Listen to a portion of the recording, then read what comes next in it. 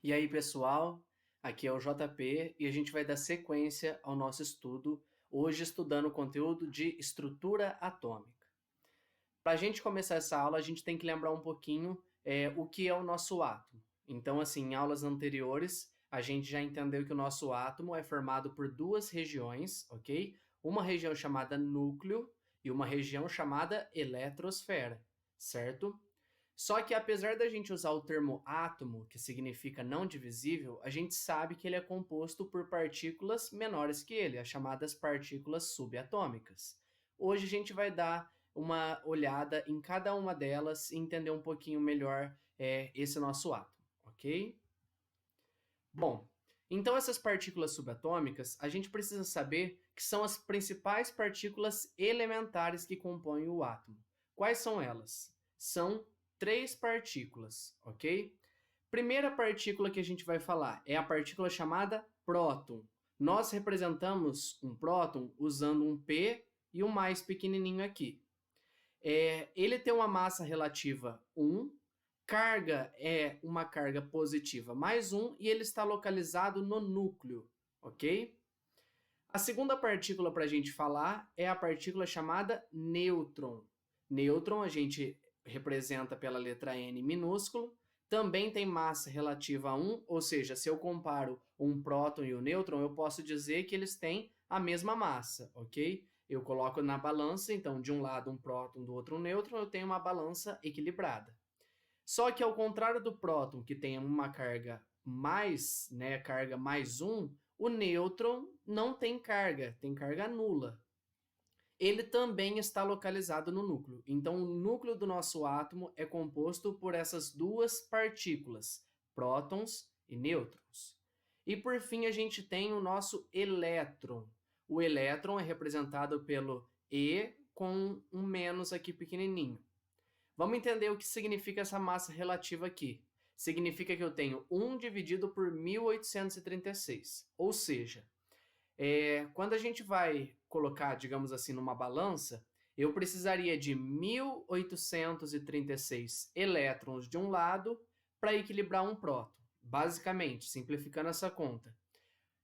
Um próton tem quase a mesma massa que 2.000 elétrons. Assim, quando a gente fala de massa do átomo, né, pensando nas três partículas, as duas partículas que são responsáveis pela massa no átomo são os prótons e os nêutrons. Por que os elétrons não são considerados aqui? Porque eles têm uma massa tão pequena que para o resultado final não importa, ok? Então a massa do nosso átomo é dada a partir dos prótons e dos nêutrons. Agora, com relação à carga, nós temos aqui que o elétron tem carga menos 1. Quem que vai falar de carga no nosso átomo? Prótons, que tem a carga positiva, e elétrons, que tem a carga negativa. Os elétrons, ao contrário das outras duas, estão localizados na eletrosfera, certo? Então, o importante é que você saber as características de cada uma dessas partículas ditas elementares que compõem o nosso átomo. Bom, agora a gente vai caracterizar o nosso átomo. Para isso, a gente vai aprender dois números. O primeiro número que a gente aprende é o chamado número atômico. Representamos ele pela letra Z maiúsculo, ok? O número atômico corresponde ao número de prótons do meu átomo. Então, se eu for analisar aqui uma fórmula, né, eu tenho aqui que Z é igual ao número de prótons, ok? O que significa esse número atômico? O número atômico é como se fosse o RG do meu átomo, a impressão digital dele. Cada elemento químico possui um número atômico diferente. Assim, quando eu pego, por exemplo, dois átomos, o que faz eu saber que esse átomo aqui que eu estou falando é, por exemplo, o carbono e esse outro átomo aqui é oxigênio? Justamente é um número atômico, ou seja, o número de prótons que esse átomo tem no seu núcleo. Quando eu analiso isso, eu sei. Então, por exemplo, esse átomo e esse daqui têm o mesmo número de prótons. Assim, eu posso falar que os dois pertencem ao mesmo elemento químico, ok? O número atômico também é usado para poder organizar a tabela periódica. Se você ainda não estudou ela, a gente vai estudar isso nas próximas aulas, tá? Mas vale aqui a gente entender que o número atômico é o critério de organização atual para a nossa tabela periódica. Um outro número que a gente tem é o chamado número de massa, representado pela letra A maiúscula. O número de massa é correspondente à soma dos prótons e dos nêutrons. Lembra que eu acabei de te falar que prótons e nêutrons são as duas partículas responsáveis pela massa no meu átomo. Assim, somando a quantidade das duas, eu tenho o meu número de massa, certo? Então, é o número de partículas presente no núcleo, já que prótons e nêutrons estão localizados no núcleo. Se eu monto aqui uma fórmula, eu posso falar que o número de massa é o número de prótons mais o número de nêutrons. Atenção, o número de massa sempre tem que ser um número inteiro, ok? E positivo, já que eu estou falando de duas quantidades de coisa. Então, eu tenho aqui uma quantidade, que vai ter um número inteiro, e uma outra quantidade, outro número inteiro. Como eu vou somá-las, o número de massa também tem que ser inteiro e positivo, certo? Continuando, então, o que vai ser o nosso elemento químico? Elemento químico é um conjunto de átomos com o mesmo número atômico. Eu expliquei para vocês que o número atômico é o RG do átomo, ou seja, é o que me permite identificar qual elemento eu estou falando. Assim, todos os átomos que têm o mesmo número atômico pertencem ao mesmo elemento químico. Se a gente imaginasse como se fosse bolinhas, o nosso átomo, então, assim, cada bolinha é um átomo, é a menor unidade que eu estou tratando aqui na matéria, sem falar das partículas subatômicas. E os tipos de bolinha justamente são os elementos químicos. Então, assim, as bolinhas são os átomos, os tipos de bolinhas são os elementos químicos. Outra coisa importante para a gente saber é que cada elemento químico possui um símbolo e um nome que são específicos dele. Assim, não tem como eu confundir um elemento químico com outro. Onde a gente encontra todos os elementos químicos? Na tabela periódica. Então, ela traz para a gente toda a variedade dos elementos químicos que existem, que o ser humano conhece atualmente, ok? Como que a gente representa um elemento químico? Com essa anotação aqui, ó. Vamos entender o que significa cada letra. Primeira letra aqui, ó. Aqui, na letra E maiúscula, nós temos o símbolo do elemento químico. Sempre o símbolo de um elemento químico vai ser formado por uma letra maiúscula e pode vir acompanhado de mais uma minúscula ao lado, ok? Quando eu tenho que diferenciar uma da outra. Mas sempre uma letra maiúscula está associada a um elemento químico, ok? Dentre os nomes da tabela. Segunda coisa, aqui, o que significa esse A? Já vimos que o A é o número de massa, então o número de massa vem aqui em cima pequenininho. E Z, o número atômico, aqui embaixo, certo? Por exemplo, como que eu represento isso? Aqui, ó, eu tenho aqui, ó, Na, perceba, ó, N maiúsculo, só que se eu olho somente o N, eu tenho o elemento chamado nitrogênio. Como eu quero me referir a um outro elemento, que é o Na, esse Na se refere ao elemento químico sódio, ok? Por que do nome sódio eu uso o símbolo Na? Justamente porque o nome sódio vem do latim, que significa natrium. Então, vários nomes de elementos químicos estão associados ou aos seus nomes em latim, ou ao lugar onde foram descobertos, ou a um cientista que foi homenageado, ou as características daquele elemento químico, enfim. Temos vários critérios aí na hora de nomear um novo elemento químico. Quem que é responsável por fazer essa nomeação é um órgão conhecido como IUPAC, ok? Então, se a gente continuar olhando aqui o sódio, ele tem 11 prótons, o número atômico dele é 11, e ele vai ter número de massa igual a 23, certo? Agora, o que são os chamados íons? Íons são átomos dotados de carga. Para isso, a gente vai estudar 3 casos para a gente entender melhor o que são esses íons. O primeiro caso é um átomo que eu chamo de átomo neutro. Como assim neutro? Bom, nós sabemos que prótons têm partículas positivas, elétrons, partículas, têm carga negativa, né? Prótons, carga positiva, elétron, carga negativa. Se a quantidade de positivos for igual à quantidade de negativos, concorda que um vai cancelar o outro, no saldo final, a carga do meu átomo vai ser nula, certo? Aí eu tenho um caso que eu chamo um átomo neutro. Perceba que quando ele é neutro, não aparece aqui em cima, do lado superior direito, não aparece nada aqui. Então, ó, eu tenho aqui, ó, carbono, ferro e hélio. Trouxe 3 exemplos aqui de átomos neutros nesse caso. Tudo bem? Próximo caso, um caso chamado de cátion. O que é um cátion? Cátion é um íon positivo. Assim, nós temos o quê? Que a quantidade de coisas positivas é maior do que coisas negativas. Ou seja, o número de prótons maior que o número de elétrons. Cuidado aqui. Quando a gente está falando de reações químicas, de formar íons, aqui a gente sempre vai mexer no número de elétrons. Por que a gente não mexe nos prótons? Porque prótons é o que dá a característica para aquele elemento químico. Se eu mudo o próton, eu mudo o elemento químico. Assim, quando a gente está falando aqui de criar um cátion ou criar um ânion, que é o próximo caso que a gente vai ver, um íon positivo ou negativo, nós vamos mexer aqui nos elétrons, que é muito mais fácil. Tem como mexer nos prótons também? Tem, só que dá muito mais trabalho para a gente. Agora, mexer nos elétrons é muito mais fácil, certo?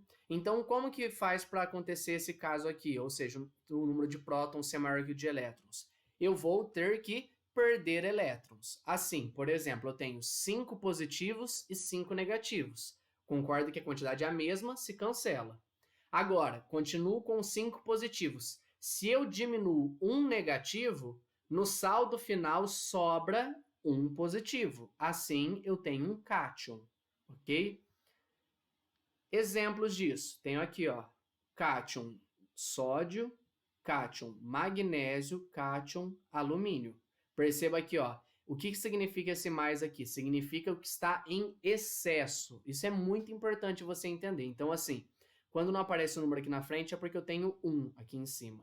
Então, eu tenho uma coisa positiva em excesso. Aqui, eu tenho 2 coisas positivas em excesso, ou seja, prótons. E aqui eu tenho 3 prótons em excesso.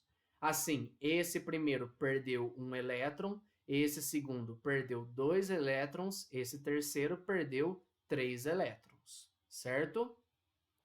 Continuando aqui. Um ânion vai ser o chamado íon negativo. Então, cuidado com essas palavras, são muito importantes. Cátion já fica subentendido que é positivo. Ânion tem que ficar subentendido que é negativo. Como que eu vou fazer isso? O número de elétrons, ok? Agora tem que ser maior que o de prótons, ou seja, prótons menor que elétrons. Lembra que eu não posso mexer nos prótons. Assim, para isso acontecer, o que eu vou ter que fazer com os elétrons? Eu vou ter que ganhar elétrons, certo? Então, o nosso átomo ele vai ter uma mesma quantidade de prótons e elétrons, certo? Imagina que eu tenho agora 4 prótons e 4 elétrons. Cancela, 4, 4. Se ele ganha um elétron a mais, ele fica com uma carga negativa. Ele está sobrando uma carga negativa. Assim, eu trouxe 3 exemplos aqui. Esses ânions aqui, ok? Dos elementos flúor, oxigênio e nitrogênio. Se a gente analisa, esse menos significa que está sobrando uma carga negativa. Sobrando 2 cargas negativas, sobrando 3 cargas negativas. Certo? Continuando. Então, agora vamos fazer alguns exemplos. Como que isso aparece em exercícios? No exercício pode aparecer de diversas formas. Ele te dá uma representação de um átomo ou de um íon e pede para você falar quantos prótons, nêutrons, elétrons, número de massa, qual a carga, várias coisas. Vamos treinar cada uma dessas coisas agora. Primeiro exemplo, tá aqui. Esse elemento químico é o chamado potássio.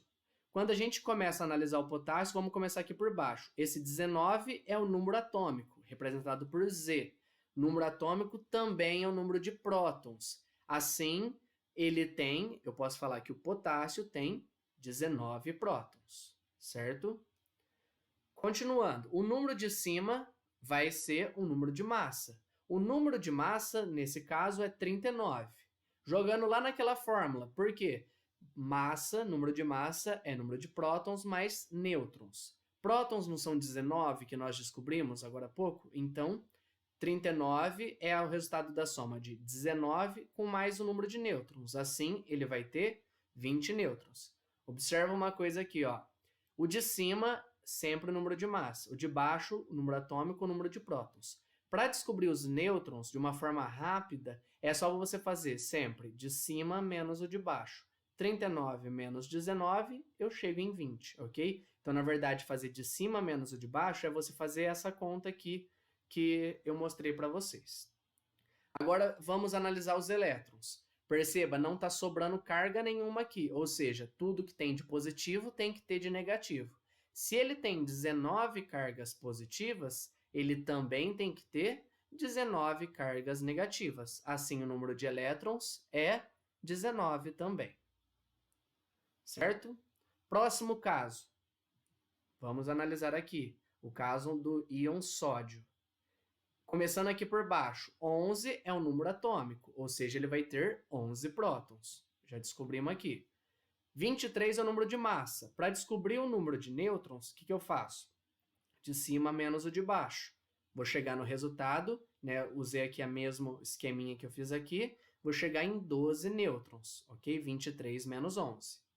Agora, atenção com relação aos elétrons. Não está sobrando uma carga positiva? Ele não tem 11 positivas? Então, para sobrar um positivo, ele tem que ter apenas 10 elétrons. Perceba aqui, ó, entre 11 prótons e 10 elétrons, sobra um próton, sobra um positivo. É o que a gente observa aqui em cima.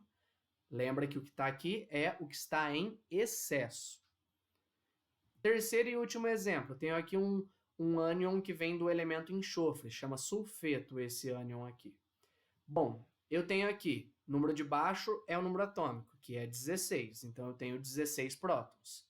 Número de cima, 32, que é o número de massa. O número de massa aqui me ajuda a encontrar o número de nêutrons. De cima menos o de baixo, também chego em 16.